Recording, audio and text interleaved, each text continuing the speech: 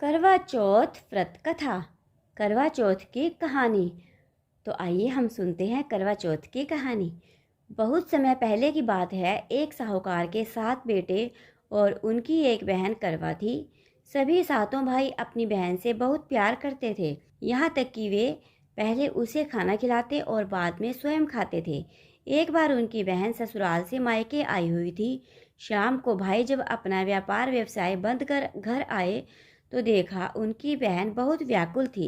सभी भाई खाना खाने बैठे और अपनी बहन से भी खाना खाने का आग्रह करने लगे, लेकिन बहन ने बताया कि आज उसका करवा चौथ का निर्जल व्रत है और वह खाना सिर्फ चंद्रमा को देखकर उसे अर्घ्य देकर ही खा सकती है। क्योंकि चंद्रमा अभी तक निकला नहीं था, इसलिए वह भूख प्यास से व्याकुल हो उठी। सबसे छोटे भाई को अपनी बहन की हालत देखी नहीं जाती थी, तो वह दूर पीपल के पेड़ पर एक दीपक जलाकर चलने की ओट में रख देता है। दूर से देखने पर वह ऐसा प्रतीत होता है जैसे कि चतुर्थी का चांद उदित हो रहा हो। इसके बाद भाई अपनी बहन को बताता है कि चांद निकल आया है, तुम उसे अर्घ्य देने के बाद भोजन कर सकती हो। बहन खुशी के मारे सीढ़ियों पर चढ़कर चांद को देखती है, उसे अर्घ्य देकर खाना खाने बैठ जाती है। वह पहला टुकड़ा मुंह में डालती है तो उसे छींक आ जाती है, दूसरा टुकड़ा डालती है तो उसमें बाल निकल आता है। जैसे ही तीसरा टुकड़ा मुंह में डालने की कोशिश करती है तो उसके पति की मृत्यु का समाचार उसे मिलता है। वह बुखला जाती है। उसका भाई उसे सच्चाई से अवगत कराता है कि उसके साथ ऐसा क्यों हुआ। करवा चौथ का व्रत गलत तरीके से टूटने के कारण देवता उससे नाराज हो गए और उन्होंने ऐसा किया है।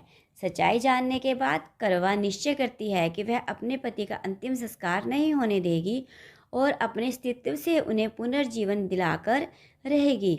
वह पूरे 1 साल तक अपने पति के शव के पास बैठी रहती है और उसकी देखभाल करती है। उसके ऊपर उगने वाली सुई नुमा घास को वह एकत्रित करती जाती है। 1 साल बाद फिर करवा चौथ का दिन आता है। उसकी सभी भाभियां करवा चौथ का व्रत रखती हैं।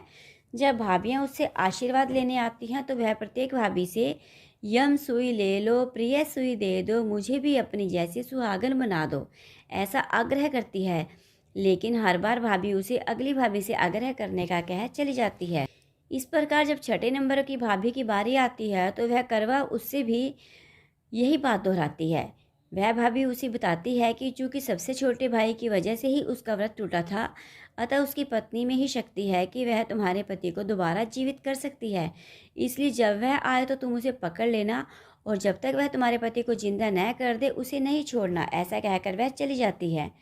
सबसे अंत में छोटी भाभी आती है। करवा उनसे भी सुहागिन बनने का आग्रह करती है, लेकिन वह टाल मटोल करने लगती है। इसे देख करवा उन्हें जोर से पकड़ लेती है और अपने सुहाग को जिंदा करने के लिए कहती है।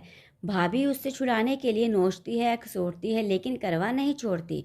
अंत में उसकी तपस्या को देख भाभी पसीज जाती है और अपनी छोटी उंगली को चीरकर उसमें से अमृत उसके पति के मुंह में डाल देती है। करवा का पति तुरंत श्री गणेश कहता हुआ उठ बैठता है। इस प्रकार प्रभु कृपा से उसकी छोटी भाभी के माध्यम से करवा को अपना सुहाग वापस मिल जाता है। हे श्री गणेश, हे माँ गौरी, जिस प्रकार करवा को चिर सुहागन का वरदान आपसे मिला है, वैसा ही सब सुहागिनों को मिले।